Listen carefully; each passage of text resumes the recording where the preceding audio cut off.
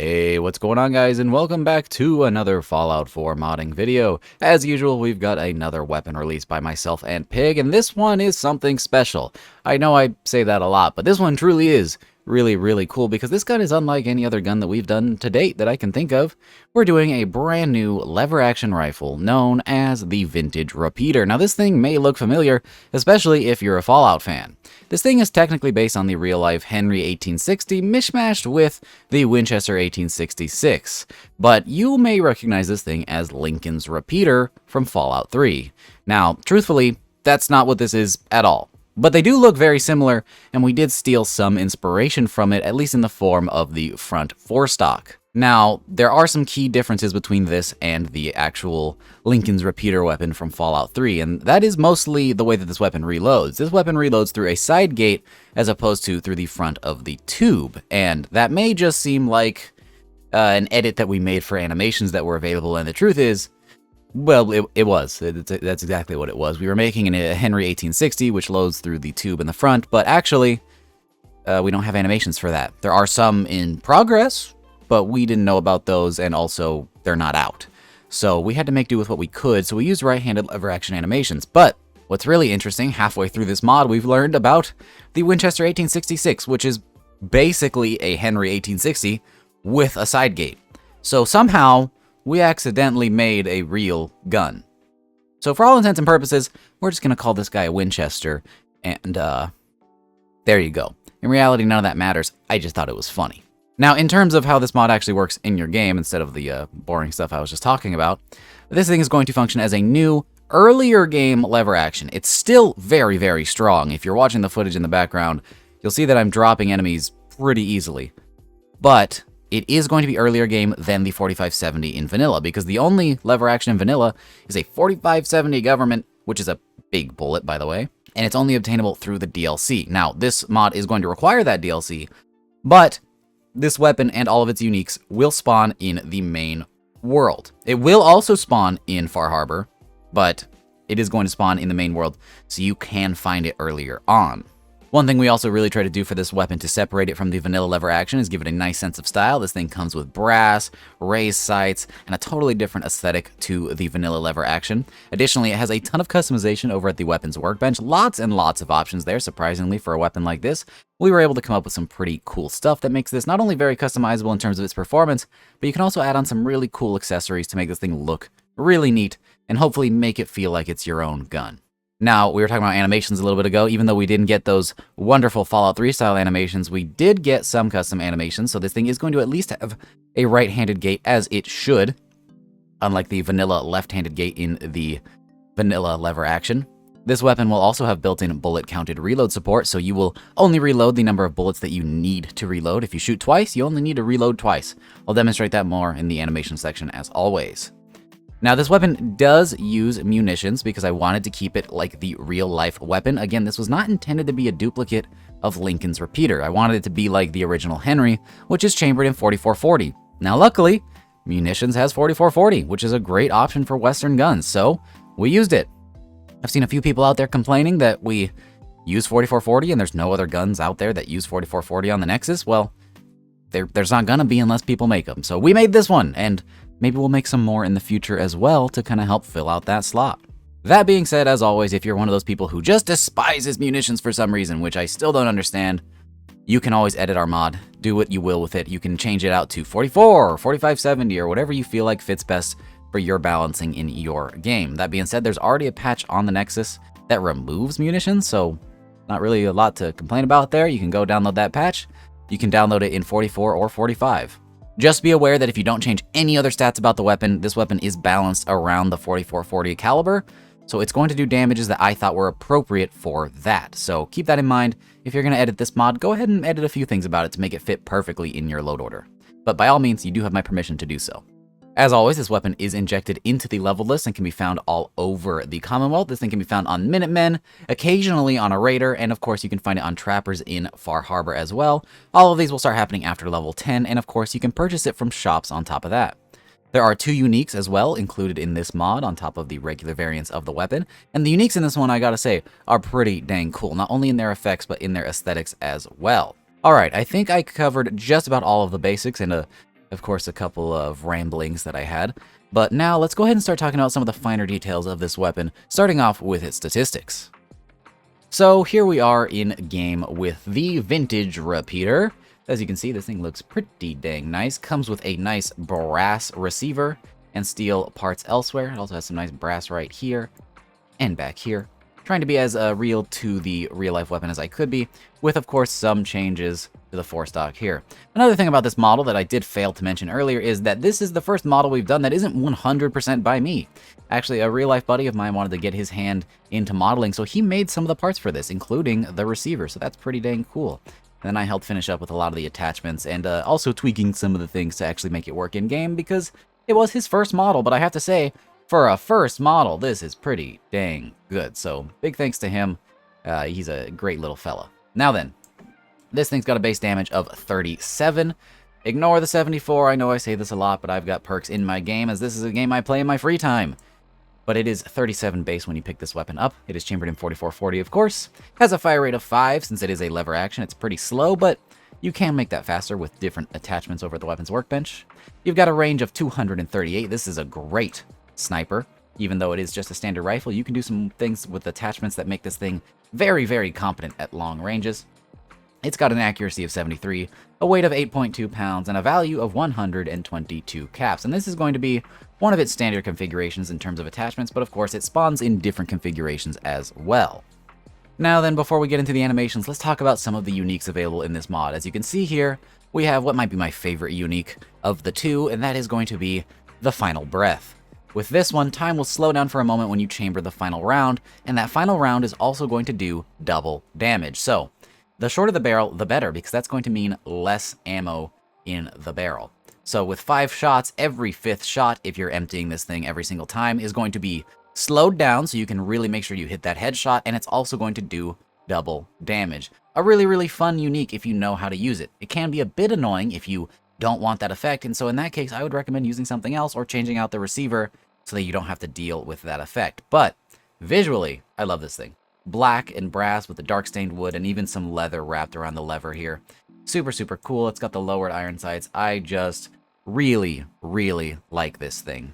Now, if you want to get this one, you're actually going to need to head over to Nahant, which there is an unmarked location, which is Nahant Chapel. You got to head up to the very tippy top of that thing, and you'll find this weapon laying there. But as for the other unique, we've got something a bit different, and that is known as Quicksilver. This guy has 25% faster fire rate and a 15% faster reload, and instead of brass, this thing actually removes every single bit of brass on the gun and opts for a nice, shiny steel, with some nice engravings, some feathers here with some decorative painting, and of course a little bit of leather on the lever there. This thing looks really, really cool. This is actually Pig's favorite, the other one is my favorite, but you get to pick and choose which one you like the best. This guy is really neat if you want to get your hands on it. This one's actually located over at the Thicket Excavations location, which is the one that is flooded. You're actually going to need to do the quest that removes all the water from that area, and then kill all the raiders, and then you'll be able to find this thing down at the bottom. Really, really fun looking gun. I gotta say, I like this one quite a bit. Now then, let's talk animations and accuracy. First of all, let's go ahead and do a full-on mag dump, we'll say, so that you can see the full reload on this thing.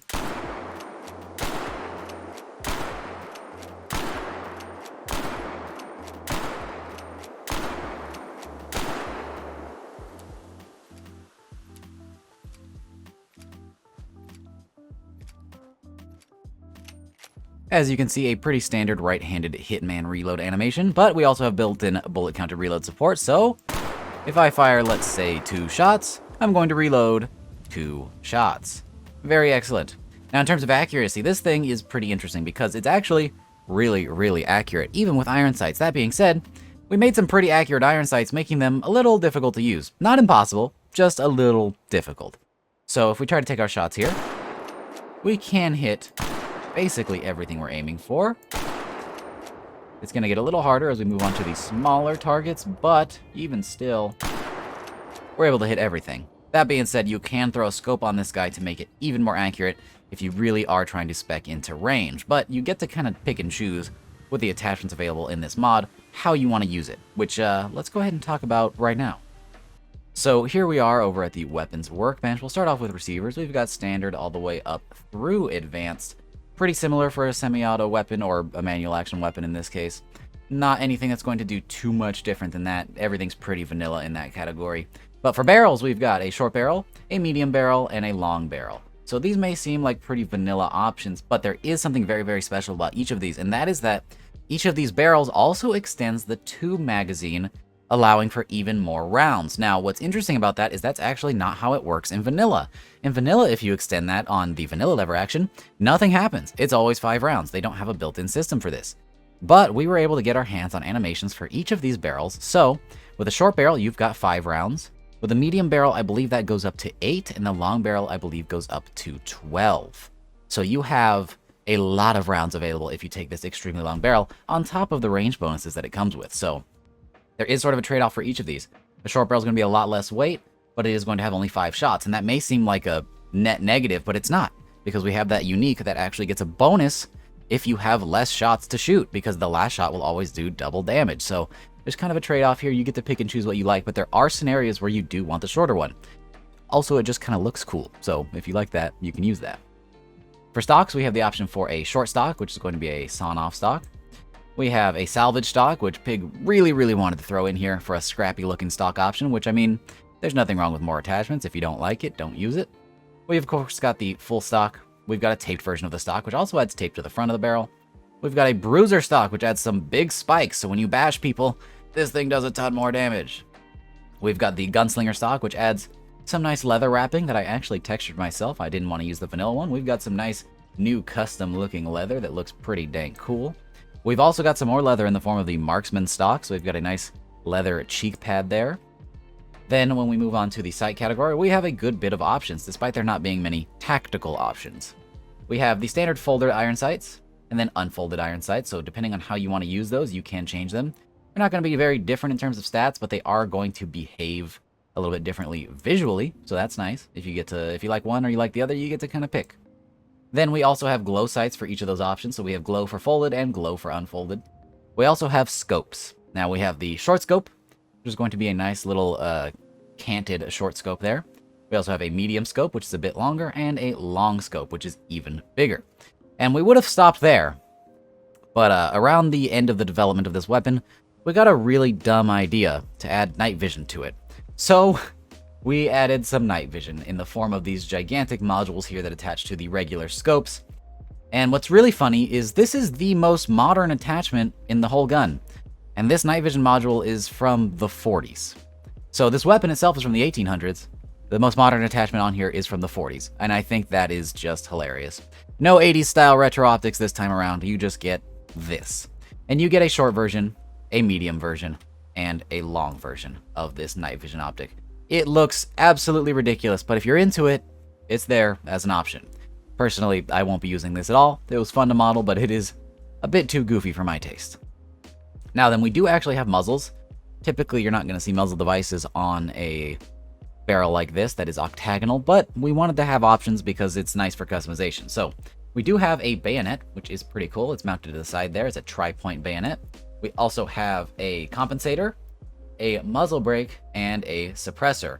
I tried to go for retro options for each of these. Like this is an old style compensator that was actually used on old Winchesters, and then also a suppressor styled off of the Maxim. So it's a little more fitting than, say, some of the other options we could have chosen instead.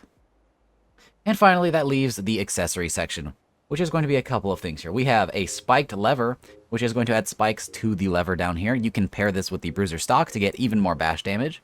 We also have a lever wrap, which is going to add a little bit of leather right here, which is going to give you an improved fire rate. So the lever time is actually faster. And then we have a side saddle, which is going to do basically the same thing, except instead of for the lever, it's going to be for the reload speed. So when you're loading bullets in, that's going to be a bit faster as well, with an improved reload speed with the side saddle there. Lots of cool options to customize this thing however you want. You can combine any of these parts to make your dream lever gun. So yeah, guys, that was a bit longer of a video than I expected, but that is the vintage repeater based on a Winchester 1866, originally based on a Henry 1860. What are you going to do? We ended up with a really fun new lever gun with some cool uniques and some cool attachments. So I hope you enjoy the weapon. If you'd like to try it out for yourself, it will be linked down in the description below as always. And of course, you can go pick it up over on Xbox whenever it gets ported. Not sure if there's a port just yet, but if there's not, I'm sure there will be one very, very soon. With that, if you enjoyed the mod or you enjoyed the video, consider dropping a like for either. Really helps out with their performance. And if you'd like to support my work directly, you can do so using the link down in the description to support me on Patreon. By no means do you have to. It is completely optional, but it is a place for people to donate if they're into that kind of thing, which for some reason, some of you guys are. So if you want to check that out, it'll be linked down in the description. But again, by no means do you need to. Completely optional. With that, I hope you guys enjoyed, and I will see you all in the next one. Peace!